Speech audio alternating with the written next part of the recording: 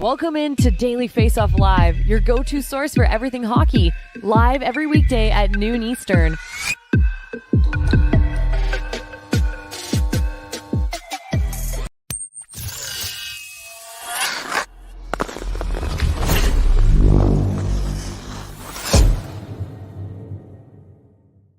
Welcome into another playoff edition of Daily Faceoff Live, coming to you from beautiful Edmonton, Alberta, and brought to you by Bet365, our sports betting partner for the 2024 playoffs. We'll be here with Bet365 to give you all the news, analysis, lines, and betting options for the playoffs until just one team is left standing at the end of June. Shout out to Bet365. Use the promo code DAILY365. Like I said, we are in person for another edition of Daily Faceoff Live as you've made your way to beautiful Edmonton, smoky Edmonton. You know, it's cleared out a little bit. Yeah, it has. Now a little bit of rainy Edmonton, but it's okay. Really, the sky kind of feels like it's falling in Edmonton, which is really what it feels like on this Monday morning. Yeah. My transition there was going to be the smoke has cleared, but what isn't clear is the Oilers goaltending situation, Frank. So let's jump into that. We were both in the building last night as the Vancouver Canucks took a 2-1 series lead over the Edmonton Oilers. And you could say the Oilers, I mean, they've won a game in this series, and it's in spite of their goaltending still. Stuart Skinner has not been anywhere close to good. He's not been anywhere close to average. His numbers on the playoffs, not great. His numbers in this series, even worse. Last night, he didn't even get to come out for the third period. It was Calvin Pickard who got the call. Full 5-alarm bell fire here for the Oilers goaltending? 100%. Look, Stuart Skinner, point blank, has gotten the wheels beaten off of him this series by Artur Silovs. I don't think anyone saw that coming. And I think we've got a larger sample size to know now that it's fair to say that Stuart Skinner is cracking under the pressure of the playoffs. Yeah. You look at, there's like some serious Mitch Marner Toronto vibes here. Playing in his hometown, fantastic regular season contributor, critical cog in the wheel, and gets to the playoffs and has shown no ability to get it done. Marner's got a much bigger sample size, but I think it's fair to say now that we have enough of a sample size to say that Stuart Skinner is not getting the job done. Just take a look at this series. .793 save percentage against the Canucks. In the playoffs so far, minus 5.7 goals expected. So he's given up almost 6 more goals than he probably should have based on the chances. And then if you want to take the larger, more holistic view, in the salary cap era, Stuart Skinner has the worst save percentage of any goaltender with at least 15 games played. He has an .881 through 20 games. Just not good enough. No team can win with goaltending of that magnitude. And now Chris Knoblauch has a really significant dilemma and decision on his hands. I don't think anyone feels too comfortable with Calvin Pickard. That was his first playoff appearance in the third period. And yeah, the Canucks barely had the puck. So impossible to make a decision based off of that. But there's a guy that also entered the year as the clear third string guy for the Oilers. I know the Canucks are on their third guy. Totally different. But it's, yeah, totally different pedigree, everything. Young guy versus established guy who hasn't been able to get it done in the NHL. No easy decision here. As much as you think, okay, turn the ball over to Cal Pickard, does that actually give you the best chance to win? You could argue that with almost not even average goaltending, if the goaltending from Skinner so far had been just below average, like it's downright terrible. If it was like just below average, the Oilers are probably up 3-0 in this series right now. They don't blow it in game 1. Game 2, they won. And last night, if he stops one of the 2 weak goals he gives up. Yeah, I think it's fair to ask the question, can the Oilers just get a save? Like, how come it's Artur Silovs that rewind to the second period sequence, the last 15 seconds? He makes 3 point-blank saves, and the Canucks are able to maintain that 4-2 edge heading into the third. Leon Draisaitl can make all the jokes that he wants about the post not being good goaltending, but last time I checked, there was a rush where Draisaitl came down the ice and Silovs made a good save in addition to the one that hit the post. Yeah. So, you can say whatever you want about Silovs, but he's turned in a 42 save performance last night, and he was good when it mattered most for the Canucks. Stuart Skinner has only been good in 1 game so far these playoffs. So what's your gut tell you for who does ultimately get the start in game 4? And Or do you think they'll lean? I would go with Cal Pickard because I'd want to change it up. And I think that the number of chances and shots that the Oilers are giving up are so low that you don't really need, to your point, you don't need A++ goaltending. You just need B-. You need just passable is what it is. And they're not getting it. So I'd rather try and find out. And here's the other part. Think about Skinner last year. Every time Jay Woodcroft kept going back to him, he never found his game. If it was my call, I think I'd go with Skinner. I've said since the trade deadline, when there was conversation about do the Oilers need to find a goalie, I said, you've made your bed with Skinner. You're going as far as this guy can take you, and I think you keep riding it. There's also plenty of other issues for the Oilers, too. Warren Fogel's giveaway was terrible. Their PK slipped up. Power play didn't come through in the third period. They have zero depth scoring. I mean, like literally none. Yeah. Who scored an even strength goal for the Oilers this series outside of their top dogs? No one. Corey Perry hasn't had a good game yet in these playoffs. Ryan McLeod's been good defensively, but he had some shaky moments last night. Yeah. Like, I mean, the Oilers' tail is as old as time, it feels like. It's the same thing that we're getting over and over again. Consider this. Connor McDavid and Leon Draisaitl played 13 of the 20 minutes in the third period. That's insane. 13. If they even got a drop from someone else on their roster, I think they played 4.5 of the final 5 minutes. Like they just stayed on the ice. 13 out of 20. Like they were hitting 30 minutes. Yeah, that's crazy. Too much, unsustainable, and definitely unsustainable with that kind of goaltending. Yep. Thought it out. All right, end of the game. Oilers almost get a miracle late in that one, and then after there were vibes of Nashville Canucks. Yeah, because I was at that game too, and I was walking toward the elevator to go down to the locker room and had to turn around once they forced overtime. Yeah. I also had my bag packed last night. And I was like, there's one. And like Nugent Hopkins just missed that look that he got in the slot. Anyways, the real drama actually came after the final buzzer. Connor McDavid gives Carson Soucy a nice two-handed whack on the pants, and he gets cross-checked from both ends. Zadorov gets him from behind. Soucy, there's the whack. There's a whack, and then boom, there's the cross-check to his face and to his back. Here's what we know. Zadorov's been fined $5,000, maximum allowed under the CBA. Carson Soucy is going to have to talk to the Department of Player Safety about this. What do you think ends up kind of going down here, Frank? I think this is a clear 1-game suspension. Yep. I think you have to take the player out of it. To me, it doesn't matter at all that it's 97, the one that's getting cross-checked. It's solely on not the intent, it's on the end result. Because he only ends up getting the cross-check to the face as a result of what Carson Soucy's teammate did to start. It's not as if Connor McDavid was falling over and, he was going to cross-check him in the chest and all of a sudden missed and got him in the face. First off, you shouldn't be throwing a cross-check after the whistle is blown anyway. But the fact that the end result is to the face, it's not about intent. It's about action. If I'm driving in my car and I run a stop sign and I hit you and kill you, doesn't matter that I'm going to jail. I ran a stop sign. It doesn't matter that I didn't see the stop sign or I intended to stop. The end result is what the end result is. And in this case, so now we know Carson Soucy's getting a hearing. That doesn't automatically 100% guarantee a suspension. More often than not, it does.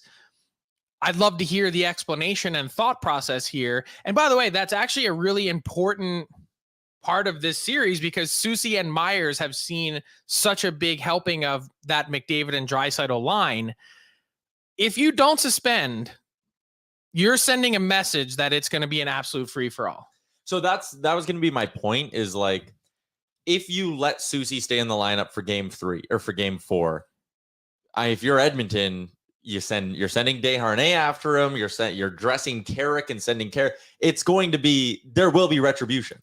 The best way to keep there should have been retribution in that moment. And you know what? I think the Oilers displayed a significant amount of weakness in not doing anything to protect their captain. So I sit down in that area of the rink, and the defense I'll give on that is pretty much every Oiler had a dance partner. And like I was right there. The math isn't mathing if someone's getting double teamed. So I was right there looking at a decent angle at the scrum. I didn't even see it happen. All I saw was just kind of bodies flying everywhere. So I think it was just such a cluster F that it was hard to make out what happened.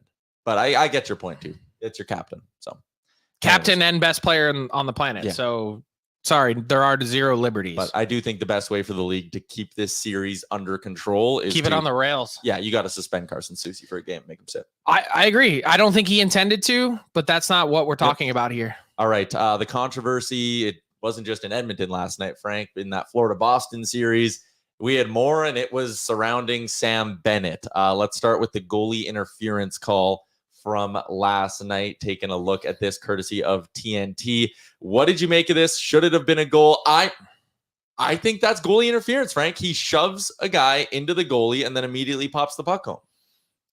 I know what the rule book says. I don't think he's making that save regardless. Like, I don't think his actual ability to make the save is impeded by this. The guy's on his arm. That's the arm he would have reached out to try save it with. I understand what you're saying. I just disagree. I think the overhead view paints a slightly different picture. If the argument is I don't think he stops the puck, that's not good enough for me. He has to have a chance to stop the puck, and he didn't have a chance to stop the puck. Maybe the proper sequence here would have been to call a penalty. I also think it's, and I debated this with the Morning Cup of Hockey guys today, is that not just straight up interference on Charlie Coyle? Coyle doesn't touch the puck, he's close to it, but he hasn't touched the puck, and Bennett knocks him over and then grabs it and scores. That's also normal interference. It's a net front battle, but it's interference. Normal interference. Wow. Sorry. I almost had to sneeze there. Sorry. Anyways, that was also not the only controversy in this series. Not even close with involving Sam Bennett. Sam Bennett. Yeah. Sam Bennett scores that goal. You could argue Sam Bennett shouldn't have been playing in the game.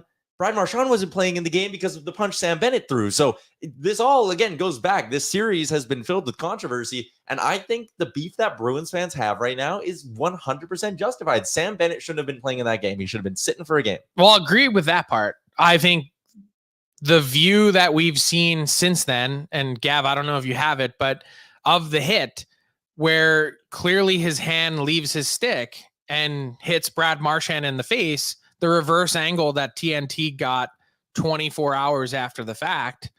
Obviously, the NHL had access to that footage and still made the decision to not suspend.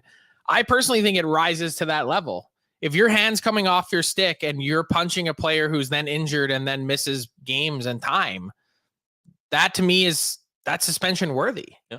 So I agree with the idea that he shouldn't have been playing in the game, but I'm okay with the battle in front. And it kind of, and you know what? There's a comment in here that everyone wants everything to fit into a neat box. Yeah, Frank, you are a McDavid apologist and Oilers homer. Yet Frank torched Stuart Skinner on the show and on dailyfaceoff.com today. Like, which one is it? Yeah. Cat Dad Gamer in the YouTube said Coyle would have interfered with the goalie anyways, even without the push. I actually think that is a decent point. That might be the argument that pushed me. Coyle was heading into the crease anyways, probably gets in the way of Swayman regardless of the push. But anyways, I think that's a great comment. Yeah. All right, let's wrap up our kind of playoff look with the comeback Canes, who found a way to keep their playoff hopes alive thanks to a late Brady Shea winner in Game 4. Frank, do you give him? Also, this was the first time in over 30 appearances, I believe, for Igor Shesterkin in the playoffs where he allowed more than 3 goals. He was chasing a record. He was. He was only Jonathan 4 Quick. back of Jonathan Quick. And the hilarious part, if you watch that game, was that obviously he let those first 3 in early, and it was 3-0 in the first period. The Canes came out like gangbusters. And I don't know if you remember PNC Arena, the goalie sits on the other side. So they had the cameraman shooting on Quick in the little tunnel there, and he came over, got out of his seat, and like pushed the camera guy away. And he probably thought that they were looking at him saying like, oh, wonder if Jonathan Quick's coming in the game, but they were actually talking about his record, which is hilarious. It was like, no, this is really positive. He had the record of 34 consecutive playoff games, which is insanity. Yeah, without allowing more than 3, and Shesterkin got to 30, doesn't make it to 31. You giving the Canes any hope here? to do what? Win another game? I'm not giving them hope to win 3 consecutive games. No, I don't. I think the Rangers find a way to win one. Has this series been razor thin? Yes. Have the Canes, should the Canes be tied 2-2 instead of down 3-1? Probably yes. But ifs and buts, like, I mean, what's the saying? Like, if ifs and buts were candy and nuts, every day would be Christmas, Frank. I can assure you that today is May 12th and not December 25th. So that's where we're at. Yeah, I'm not giving them much of a chance. And actually today's May 13th. So that was embarrassing. Yeah. All right. Gotta fix that. Not giving the Canes much of a shot. Do have a question for you and ask DFO about this series, but we'll get to that in a bit. For now, let's get to our big segment for the day. It's the Coach's Room with Jon Goyens.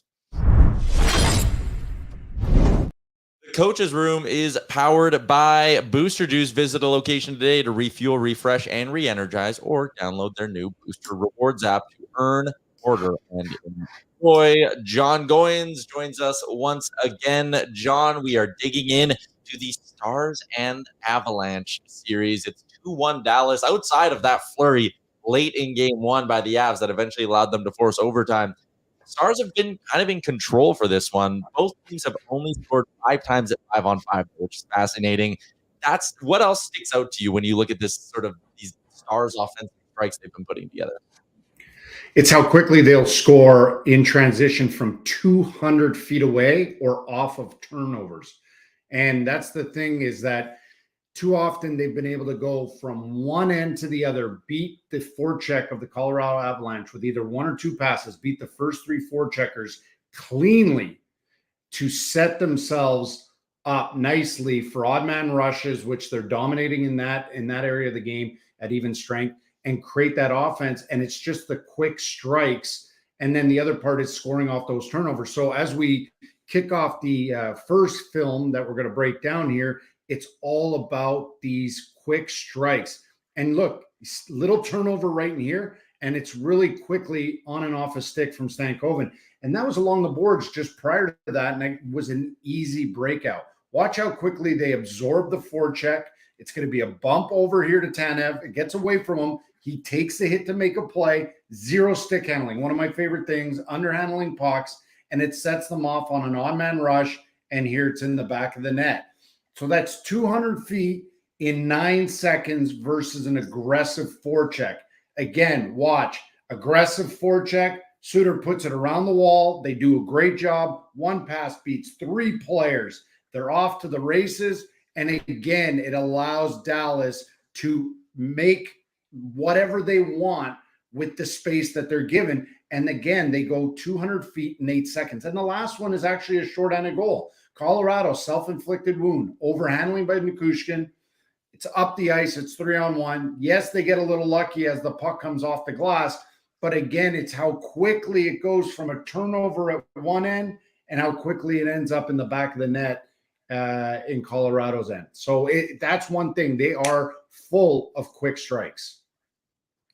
Jon, before we get to clip 2, wouldn't you say that having watched a lot of the Avs this year and also spending a lot of time breaking down their regular season series against the Jets, that this has kind of actually been a common theme for them in terms of what they give up? It has. And then it's almost like, don't touch the stove. You're going to get your hand, you're going to burn your hand. And they do it for a little while. Then they get the wake up call. Then they get back and they're settled for a while. And then they revert back to don't touch the stove. It's hot. And it always seems like they need a little bit of a wake-up call. Now, can they turn and flip the script? Absolutely. But they're going to have to do it real quickly because Dallas is super consistent. So looking at Nathan MacKinnon, when I think of his game, the force of nature, I think of a guy that plays on the inside as well as anyone in the NHL. But if you look at his series, 2 points at even strength, and it seems like Dallas has done a nice job pushing him to the perimeter. What do you see from MacKinnon so far in this round, and how much of that is a credit to what Dallas is doing? It's very similar to how the Winnipeg series kind of started. They were constantly pushing, and that would have been the game plan. You want to push this guy to the exterior as much as possible. And the other part is when he is in full flight, if you try to engage physically, he's going to bowl you over. He's just a force of nature, right? So that becomes more of a, maintain and contain to the outside. He's got 7 shot attempts at 5-on-5 from the slot, only 1 on net. Only 1 on net. And out of those 2 attempts, 2 of them are deflections. So we're talking about 5 shot attempts, actual shot attempts from the slot. So what Dallas is doing is they're managing the dots. They're deflecting as much as possible to the outside.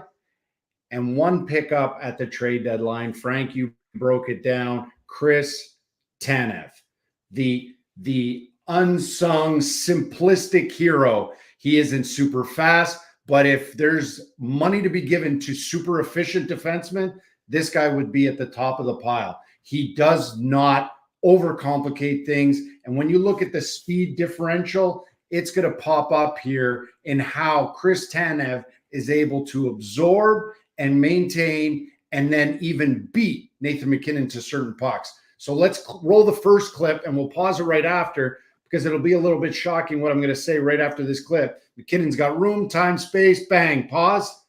We pause after that one. That's his only shot on net off the rush. That's inside dots. Only shot on net in this series, inside dots.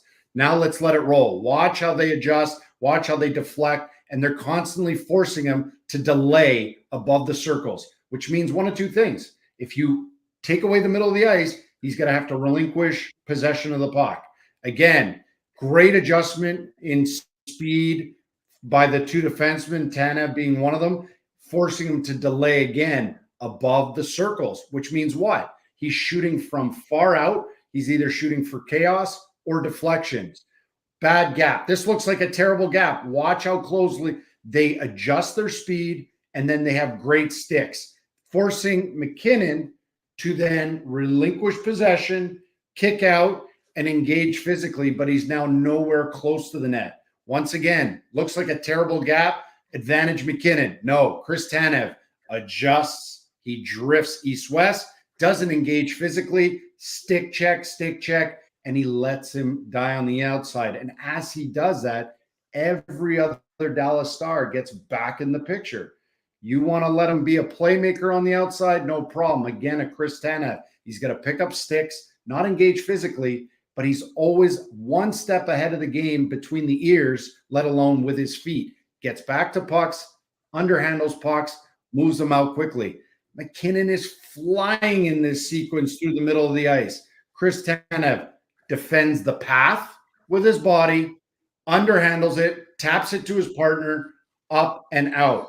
And one of the last clips here, absorbs, takes a hit to make a play, 1 quick rim to the weak side, little chip, and then Dallas is off to the races. And that's the thing. Chris Tanev was picked up because he can manage the game really well. He can adjust his skating speed. He's got a great stick. He moves the puck, and he's really, really good with the simple part of the game.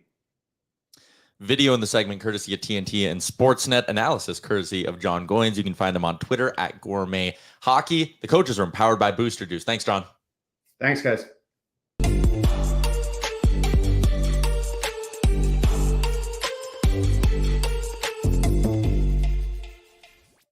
On to our daily Faceoff Live inbox question. It's brought to you by Douglas Mattress, where right now every mattress order comes with a free comfort sleep bundle. You get 2 memory foam pillows with pillow protectors, 1 luxurious cotton sheet set, and 1 mattress protector free with any mattress order. Head to douglas.ca/DFO to order yours today. What'd you think of the Chris Tanev breakdown there? Loved it. And you think of Chris Tanev, you're like, oh, too slow to play, can't keep up. And it's like, well, it's a reminder that playing fast is not just with your feet, it's also with your head. I think watching the Tanev impact is a reminder, and then look around the league at who's still standing. It's a reminder that sometimes at the deadline, less is more. Tanev, 2nd round pick.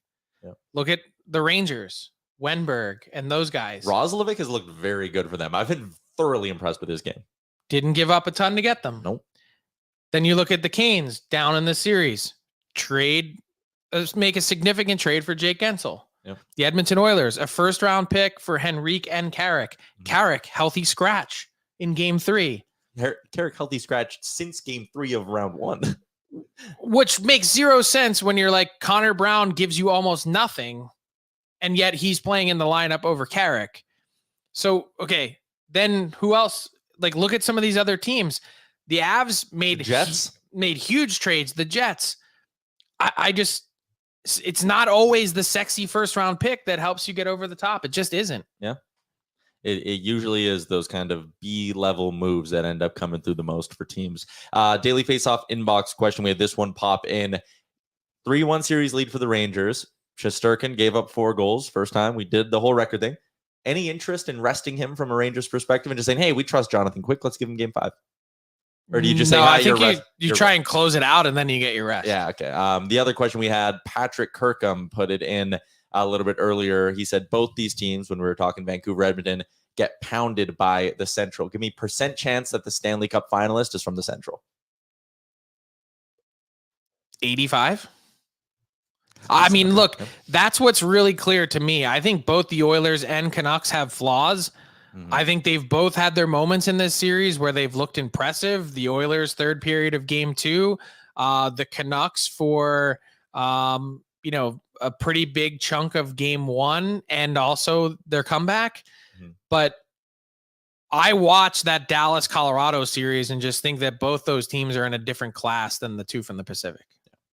Let's get into our daily bets for our friends at Bet365. It's the largest sports betting platform globally. Open an account with Bet365 today and use the promo code DAILY365 to get in on a huge range of markets, whatever the sport, whatever the moment. It's never ordinary at Bet365. I got a shot prop parlay for you. Couple of defensemen, Dmitry Orlov and Thomas Harley. They have each hit this in 4 of their last 5. They've each had 3-4 shots on goal in some of those games. I like the price point, plus 170 on the parlay. Both the lines are set at 1.5. I like those two to hit their mark. And one money line, Frank. Rangers are finishing this thing off tonight. They're a pick'em on home ice. I think this series is over. I think MSG is going to be absolutely rocking. And I think the Rangers come through. What do you think? Pick'em is, it's as good as it gets, I think, for a team to close out the series in game 5. The Rangers have every incentive to do so. Yeah, let's wrap up the show with a little bit of garbage time. It's brought to you by our friends over at Wendy's. Frozen pucks are awesome, Frank, but that doesn't mean you want to eat them. And that's why you don't want to eat frozen beef. Wendy's only ever uses fresh Canadian beef that's never seen the inside of a freezer in all of their burgers. Whether it's a Baconator, Dave Singler, or a JBC, you'll only find real fresh beef with their burgers. Download the Wendy's app today to check out the latest deals. Frankly Speaking has another great interview dropping in the next day or so on Daily Faceoff. Yep, today it's already up. Oh, it's already up today. You had a chance to sit down with Lanny McDonald, who of course went through a health scare a couple months ago. Yeah, cardiac event. Steps off a plane right after All-Star weekend. We were both there. Flies from Toronto to Calgary. Walks off the jet bridge and is a couple feet into the terminal and just drops to the ground. Wow. He's out. And he's, as his wife put it, he's on his way to heaven. And 3 first responders come over, 2 nurses and a police officer, and they start wailing on him. They crack his sternum. That's how hard they're working on him. At one point, his wife has to say to them, "Do you have to hit him so hard?" And they were like, this is the only way he's going to make it. And they worked on him and somehow revived him. And the amazing part about that is that none of the 3 people working on him had any idea who he was, that he's Alberta hockey royalty, a hockey icon. And he's lived to tell the tale. So check out this little snippet of our conversation. Step off the jet bridge and you make it to the terminal. And then what? I only make it about 200 feet down in the terminal, and I felt nothing, like no chest pains, no arm pain, anything. My legs got kind of rubbery, and I called to Ardell and said, I need a chair. And she just turned towards me, and I went down for the count. And fortunately, there were good people around. They rolled me over, started CPR. And as the doctor said, 5 minutes before on the plane or in the parking lot, probably I had no chance. And to have it happen in the terminal, was probably the luckiest place I could have actually had the incident. And I get to talk to you today, Frank. And I'm so thankful for that. I'm sure Ardell and your entire family are as well. That is great. And on the lighter side, Lanny and his fantastic mustache still looking as good as ever. That's the thing. How do you roll Lanny McDonald over, see the mustache, and not know who he is? But they actually weren't hockey fans. These were nurses on their way to Hawaii. I mean, just crazy. Absolute good Samaritans that step up. His story is incredible. And this is a guy that takes care of himself. Yep. He walks 5 to 6 miles a day. This isn't a load like me. This is a giant of a man who's been a giant in the hockey world, continues on as chairman of the Hockey Hall of Fame, and actually one of 2 Stanley Cup trustees. There's 2 men that are in charge of keeping the Stanley Cup protected at all costs. It's a lifetime position, and he was promoted to that last year. It's we talked about that in the pod as well. So check out Frankly Speaking today, wherever you get your pods. You can also watch the full interview here on the Daily Faceoff YouTube. That is a wrap on today's edition of the show. Shout out to our guy, Jon Goyens, for swinging by as well. Our producer, Gavin Turnick, Pat Puff on the graphics. We'll be back tomorrow right here again, noon Eastern. Chat with you then. Thanks for tuning in to Daily Faceoff Live. Make sure you hit the subscribe button to never miss an episode.